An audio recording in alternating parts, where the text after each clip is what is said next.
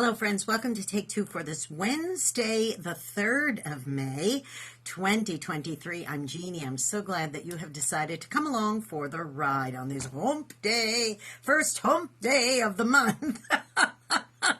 Well, I'd like to share a little with you today about a friend of mine named Larry. Now, Larry's a really nice guy.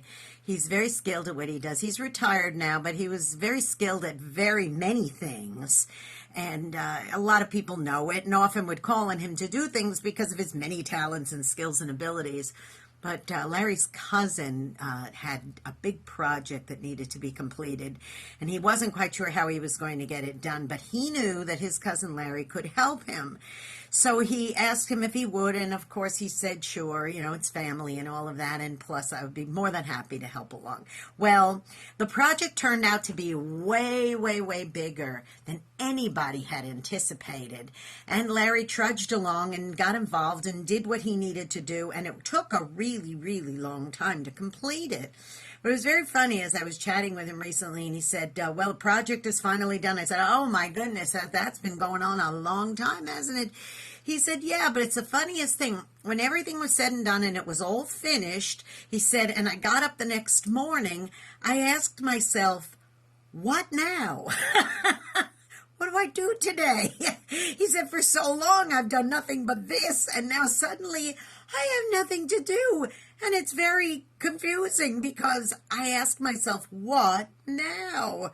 That brings to mind a friend of mine who cared for an elderly relative who was sick for a long time, and my friend was a constant companion and took care of this relative for a long time until finally the relative passed away.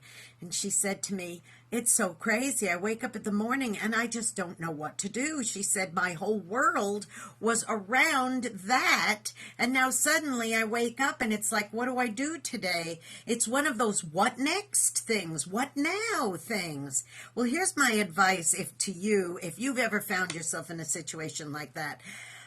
What next? What now? Here's my advice to you. Just continue on. You ever see those coffee mugs or those posters or anything that say, keep calm and carry on? Sometimes we just need to carry on. Just carry on. Just keep going. Don't stop. Well, of course, if you need to rest after a big project or after a big ordeal, that's one thing.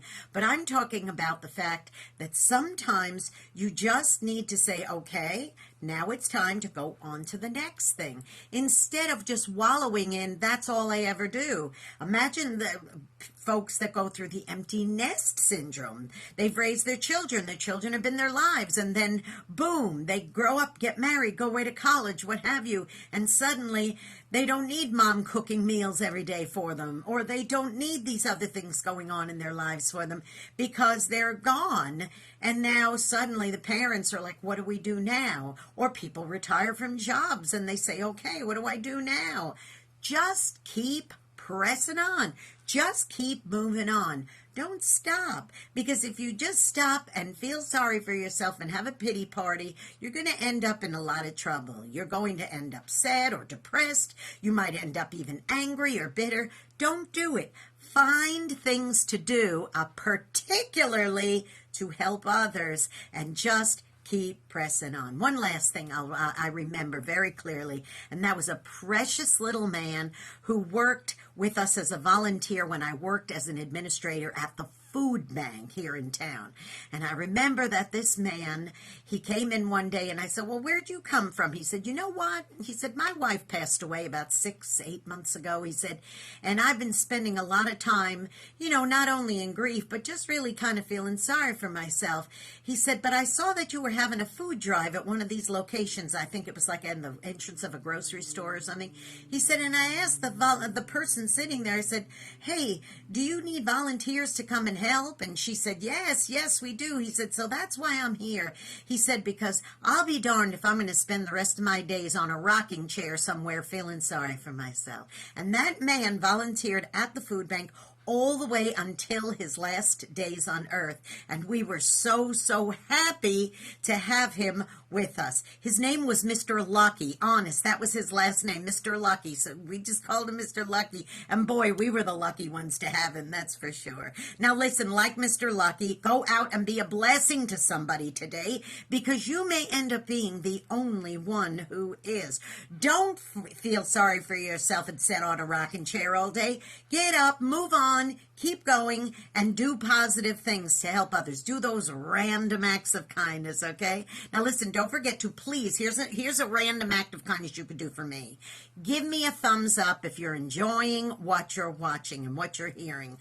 I really would appreciate that. Become a subscriber to this YouTube channel if you haven't done so already. Jeanne Sigler, Jeannesigler. Hit that notification bell. I will let you know every time another Take Two is posting. But it's every Wednesday, but you could always go back and look at the others too, okay? And don't forget, listen, great music, great programming. Tune in to UltimateOldiesRadio.com every Saturday at 9 Eastern, 8 Central for Through the Eyes of a New York Woman. That's me. Great fun stuff, great programming. And then you can hear the same program on Sundays at oldie700.com, oldie700.com, and that is on at 5 Eastern, 4 Central, AM and PM, okay? I love you very much. Take care. Have a great hump day and do something nice and stop feeling sorry for yourself. Be a Mr. Lucky, okay? I love you. Bye-bye.